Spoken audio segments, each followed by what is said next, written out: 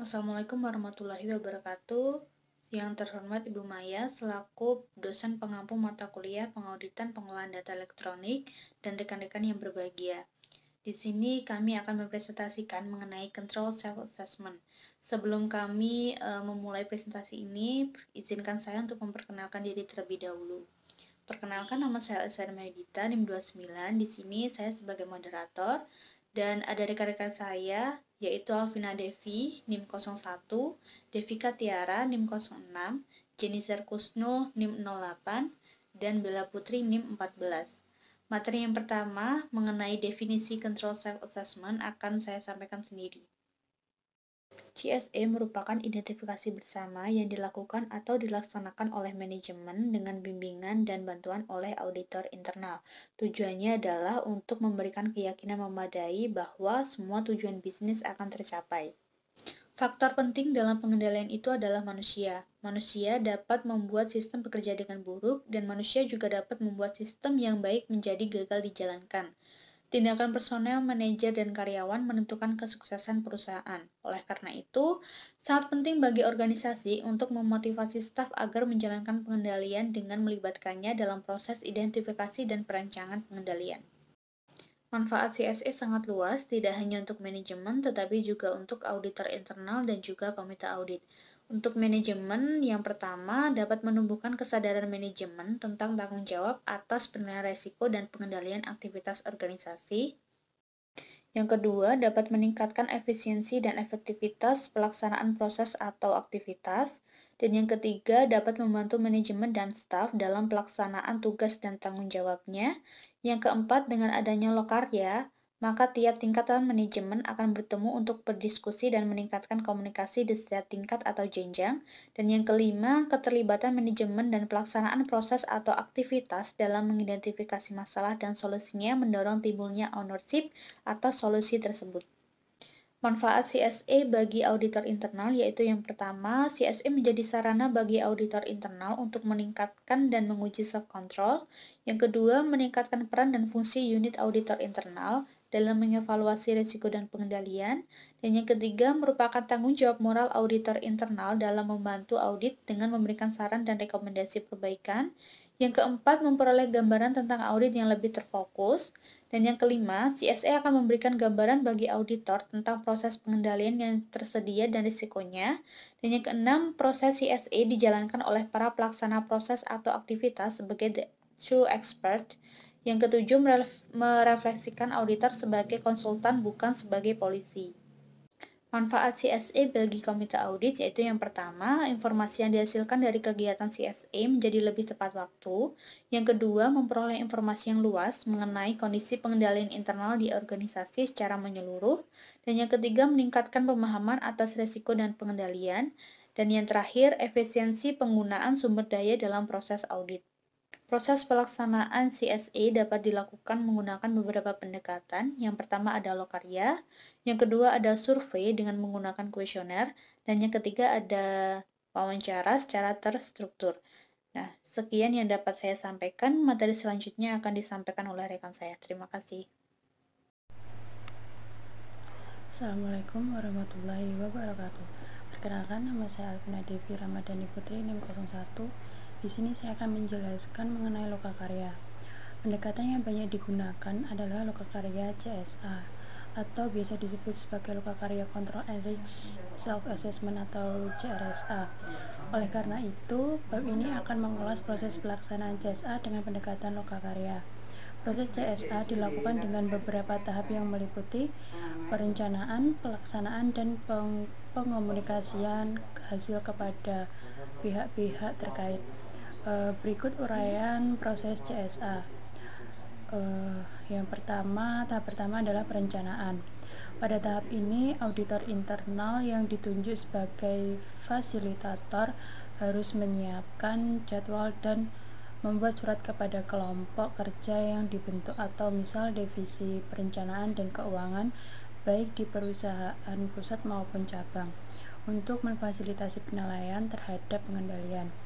Selanjutnya, melakukan pertemuan dengan kelompok kerja. Pada saat pertemuan tersebut, auditor internal selaku fasilitator mengidentifikasi dan mendokumentasikan hal-hal mendasar tentang CSA yang akan dilakukan, yaitu yang pertama tujuan penilaian pengendalian, yang kedua nama dan posisi jabatan peserta yang akan terlibat, yang ketiga misi, tujuan, dan sasaran. Selanjutnya menyiapkan program penilaian pengendalian yang berisi langkah-langkah yang akan dijadikan dalam proses implementasi CSA. Yang kedua, dokumentasi yang akan dilengkapi dalam setiap langkah yang akan dijalankan. Selanjutnya, kelompok kerja dan fasilitator harus mengesahkan program yang disusun sebagai bentuk kepahaman kedua belah pihak atas proses yang akan dilakukan. Otorisasi ini sangat penting bagi fasilitator dalam proses pelaksanaan diskusi self-assessment. Peserta diskusi akan lebih mudah diarahkan dengan adanya persetujuan dan penyampaian persetujuan dan pimpinannya tersebut.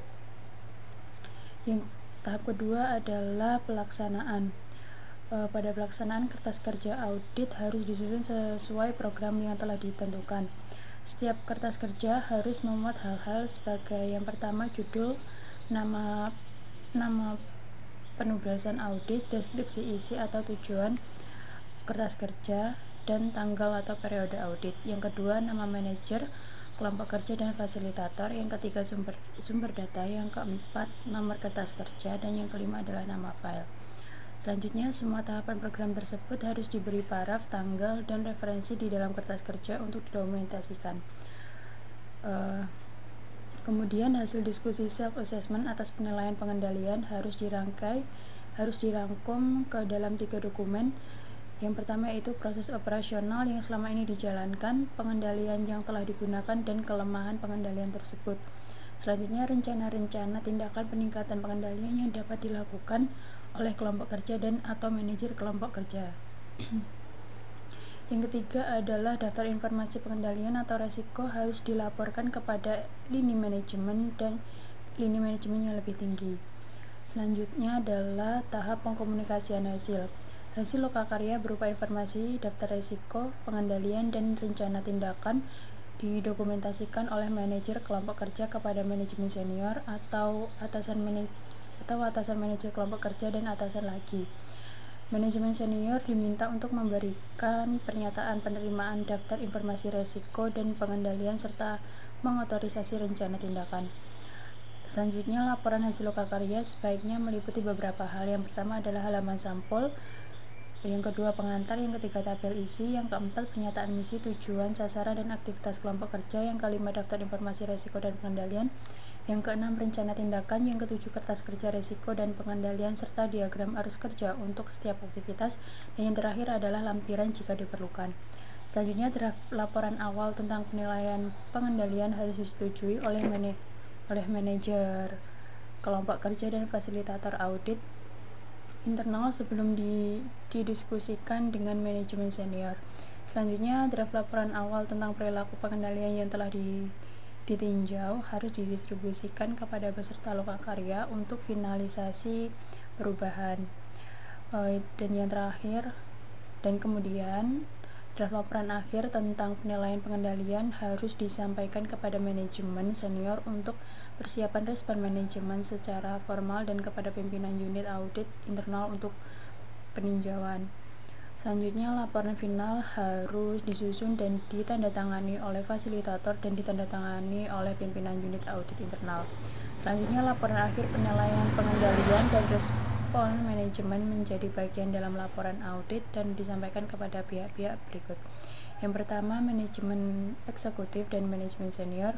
Yang kedua adalah pimpinan SKI, dan yang ketiga adalah bagian administrasi yang sesuai. Yang terakhir adalah tahap administratif. Pada tahapan administratif, formulir evaluasi proses penilaian pengendalian harus disampaikan kepada peserta. Selanjutnya, ringkasan waktu penugasan harus disertakan di dalam kertas kerja setelah laporan dicetak. Total jam harus dibandingkan dengan jumlah jam yang telah direncanakan. Ringkasan selisih mingguan harus didokumentasikan, dideskripsikan secara jelas. Dan yang terakhir adalah peninjauan jaminan kualitas harus dilakukan. Adapun contoh penerapan program CSA. Dalam contoh program CSA dibagi ke dalam 5 tahap. Yang pertama sebelum lokakarya pertama, dan yang kedua adalah lokakarya pertama, yang ketiga setelah lokakarya pertama, dan yang keempat lokakarya kedua, dan yang terakhir adalah setelah lokakarya kedua. Di sini saya akan menjelaskan mengenai lokakarya pertama. Sebelum lokakarya pertama, pada tahap awal ini pihak yang terlibat terdiri dari fasilitator dan manajer kelompok kerja dengan prosedur berikut. Yang pertama, melakukan identifikasi misi, tujuan, sasaran, dan aktivitas kelompok kerja atau fungsi yang tercakup di dalam lokakarya. Dokumentasi yang disusun yang pertama adalah permintaan fasilitas terhadap penilaian pengendalian dari manajer kelompok kerja. Yang kedua adalah memo perencanaan yang merinci diskusi dengan manajer kelompok kerja untuk menentukan peserta dan untuk mengidentifikasi misi, tujuan, dan sasaran. Sekian yang dapat saya sampaikan. Untuk materi selanjutnya akan dijelaskan oleh rekan saya. Assalamualaikum warahmatullahi wabarakatuh. Saya Jenizar, NIM 08. Di sini saya akan melanjutkan materi dari rekan saya. Untuk materi yang pertama ada lokakarya pertama. Tahap kedua adalah melakukan lokakarya atau workshop yang pertama. Pihak yang terlibat adalah fasilitator dan peserta. Prosedur yang dilakukan yaitu yang pertama, menjelaskan kepada peserta lokakarya mengenai pelatihan pengendalian yang diperlukan bagi semua karyawan sekaligus penjelasan mengenai tujuan lokakarya, hasil akhir lokakarya, dan manfaatnya bagi kelompok kerja. Untuk dokumentasi yang diperlukan, ada daftar nama semua peserta lokakarya pertama dan ringkasan respon terhadap survei lingkungan pengendalian yang dilakukan di dalam lokakarya pertama. Prosedur yang kedua ada mengonfirmasi dan memvalidasi misi, tujuan, sasaran, dan aktivitas kelompok. Untuk dokumentasi yang diperlukan, ada daftar tujuan yang ditetapkan oleh kelompok kerja, serta daftar aktivitas yang dijalankan oleh kelompok kerja untuk mencapai tujuan. Prosedur yang ketiga ada melakukan proses penilaian terhadap risiko dan pengendalian yang telah terpasang atau dilaksanakan dengan melakukan salah satu aktivitas pendukung tujuan berikut. Yang pertama, lakukan perenungan untuk mengidentifikasi risiko yang potensial. Lalu, prioritaskan skala risiko dari yang paling genting hingga yang kurang genting. Yang ketiga, pertimbangkan risiko genting yang dapat dikendalikan. Yang keempat, identifikasi pengendalian potensial yang dapat mengurangi suatu risiko. Yang kelima, bandingkan pengendalian aktual dengan pengendalian potensial terhadap risiko tersebut. Kemudian yang terakhir, siapkan rencana tindakan jika pengendalian yang sudah ada tidak berjalan secara optimal. Untuk dokumentasi yang diperlukan, ada kertas kerja risiko atau pengendalian untuk mendokumentasikan tahapan ini. Materi yang selanjutnya ada setelah lokakarya pertama. Pihak yang terlibat adalah peserta lokakarya. Untuk prosedur yang dilakukan adalah untuk setiap kombinasi aktivitas atau tujuan menunjukkan langkah 4A sampai dengan 4F. Untuk dokumentasi yang diperlukan, yang pertama susunlah kertas kerja risiko dan pengendalian bagi setiap kombinasi aktivitas atau tujuan untuk mendokumentasikan pekerjaan yang dijalankan. Yang kedua, siapkan diagram arus kerja dalam gambar maupun tulisan untuk menunjukkan arus kerja dalam langkah-langkah pengendalian. Dan yang terakhir, susunlah sebuah memo yang menunjukkan kesimpulan umum mengenai struktur pengendalian yang sedang berjalan untuk kombinasi aktivitas atau tujuan. Materi berikutnya ada lokakarya kedua. Pihak yang terlibat adalah fasilitator dan peserta. Untuk prosedur yang dilakukan, yang pertama, ada meninjau kertas kerja risiko dan pengendalian dalam hal kelengkapan, eliminasi risiko-risiko yang tidak genting, dan identifikasi risiko-risiko yang dapat dihindari. Untuk dokumentasi yang diperlukan, susunlah memo yang membahas tindakan yang diambil selama lokakarya kedua, kemudian tinjau kembali kertas kerja risiko atau pengendalian dan diagram arus kerja jika diperlukan. Prosedur yang kedua ada susun matrik risiko yang genting dan pengendalian yang telah teridentifikasi untuk memperkirakan kombinasi pengendalian yang paling efektif dan efisien untuk membantu pencapaian tujuan. Dokumentasi yang diperlukan, matrik yang disiapkan untuk langkah ini, dan daftar identifikasi pengendalian optimal. Untuk prosedur yang ketiga, ada bandingkan struktur pengendalian yang sedang berjalan dengan pengendalian optimal yang teridentifikasi dan susun rencana tindakan untuk mengimplementasikan pengendalian kelompok kerja yang paling efektif yang dapat diimplementasikan. Dokumen yang diperlukan ada rencana tindakan serta kesimpulan fasilitator terhadap kelengkapan rencana tindakan dalam hubungannya dengan informasi yang disediakan oleh peserta. Prosedur yang keempat, ada menyusun daftar pengendalian yang tidak dapat diimplementasikan oleh kelompok kerja dan melaporkannya kepada level manajemen berikutnya.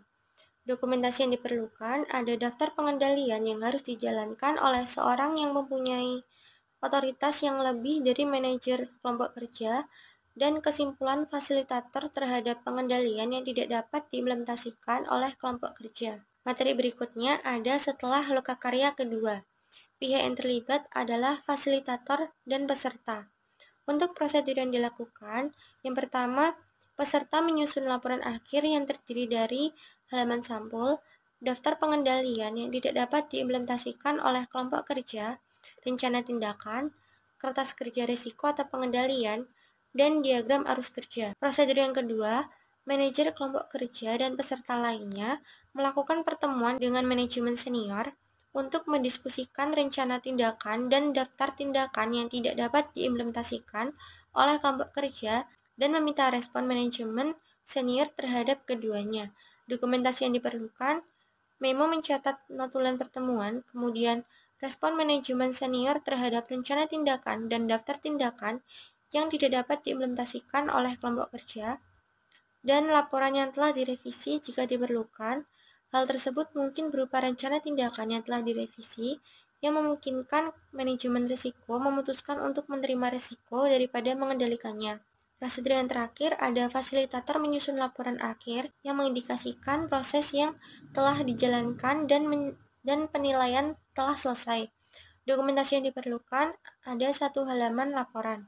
Itu tadi yang dapat saya sampaikan, kemudian akan dilanjutkan oleh rekan saya. Assalamualaikum warahmatullahi wabarakatuh. Saya Bella Putri NIM 14. Di sini saya akan menjelaskan tentang survei dengan pengisian kuesioner. Metode ini dilakukan dengan melakukan survei kepada audit melalui penyebaran kuesioner. Kuesioner CSA ini sebelumnya dirancang untuk mengetahui sejauh mana kegiatan dan kelemahan pengendali internal pada tiap audit.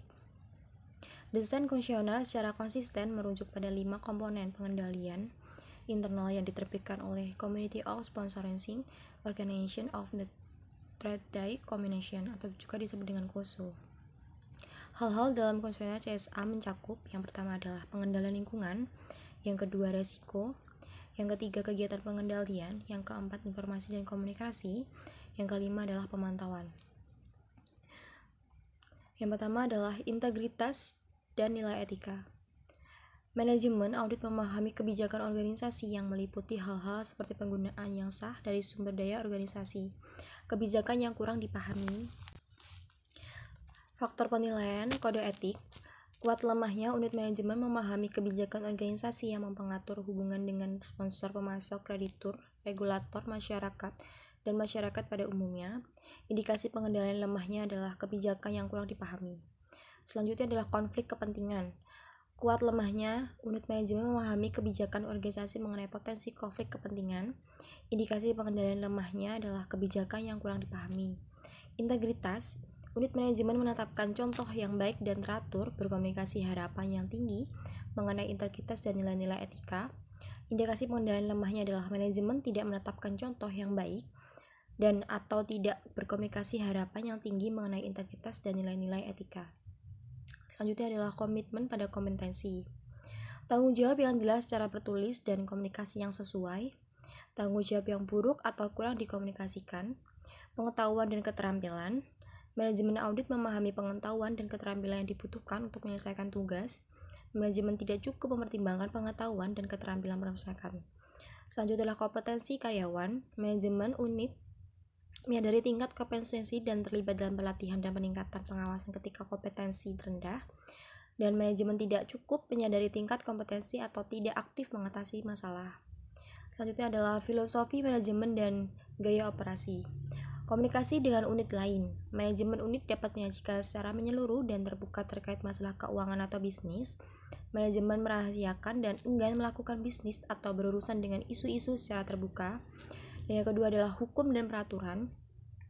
Bertindak aktif dan berupaya untuk memastikan kepatuhan terhadap peraturan perundang-undangan. Manajemen bersedia mengambil resiko atas konsekuensi dari ketidakpastian. Selanjutnya, mendapatkan pekerjaan yang dilakukan. Kuat lemahnya, manajemen audit menggerakkan upaya untuk mendapatkan pekerjaan dilakukan dengan benar. Indikasi pengendalian lemahnya adalah manajemen bersedia untuk mendapatkan pekerjaan yang dilakukan tanpa memadai. Dan yang keempat, pengecualian terhadap kebijakan. Kuat lemahnya adalah pengecualian terhadap kebijakan jarang terjadi ketika ada kebijakan tersebut harus disetujui dan dikomunikasikan dengan baik.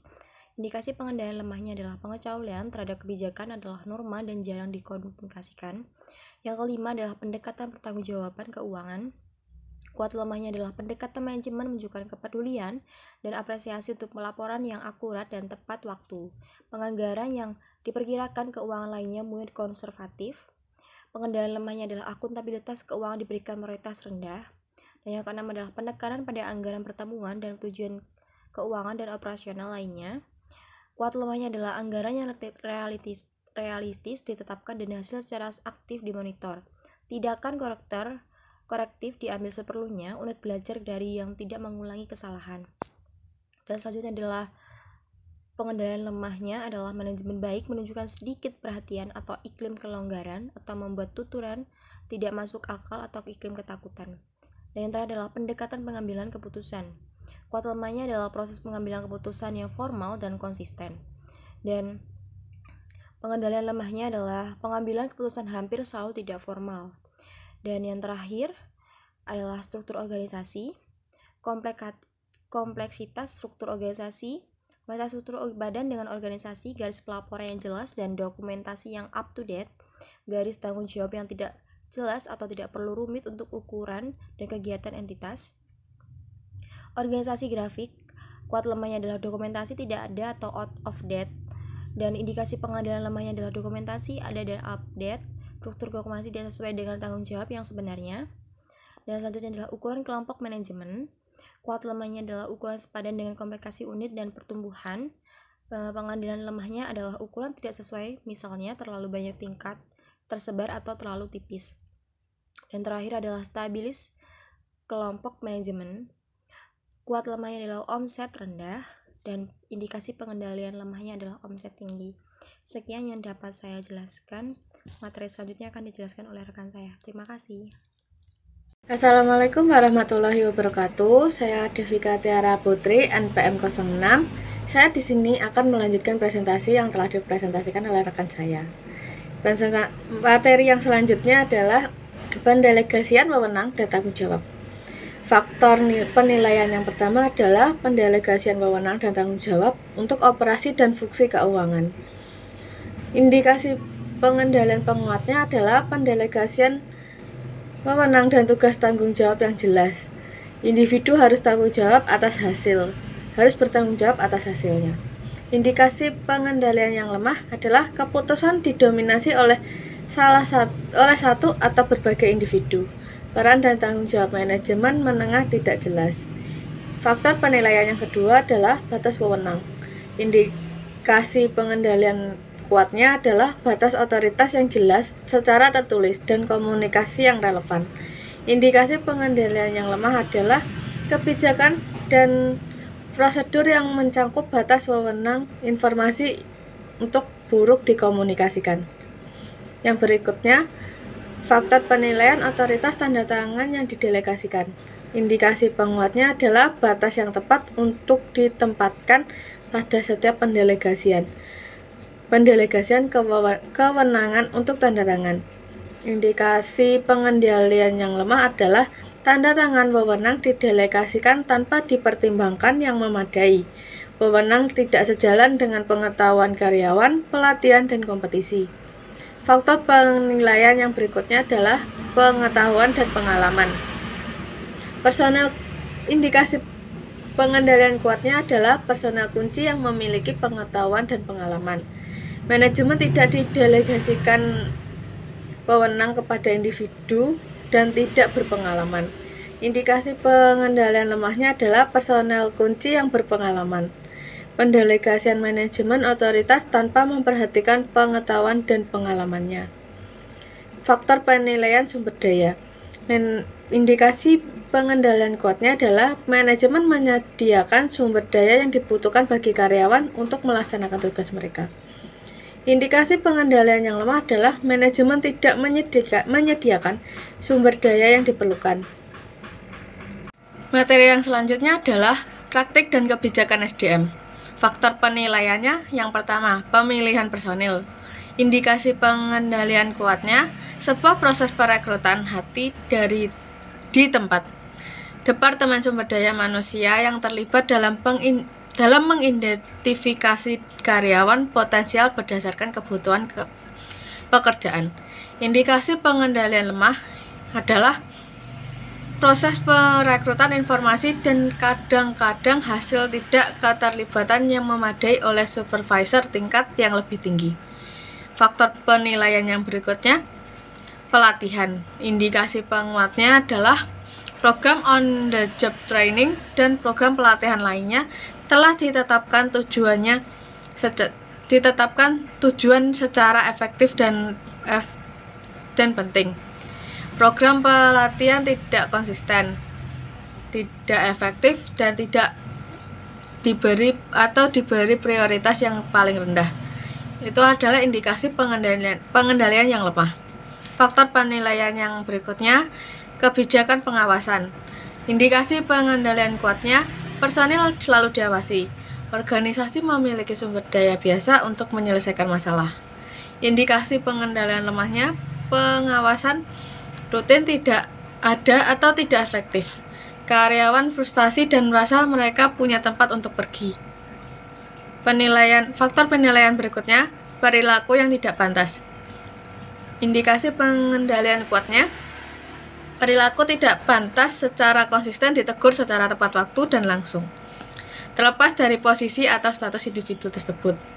Indikasi pengendalian lemahnya, teguran tidak tepat waktu atau langsung, atau tidak diterapkan secara konsisten, atau bisa disebut iklim pilih kasih. Materi yang selanjutnya adalah wawancara secara terstruktur.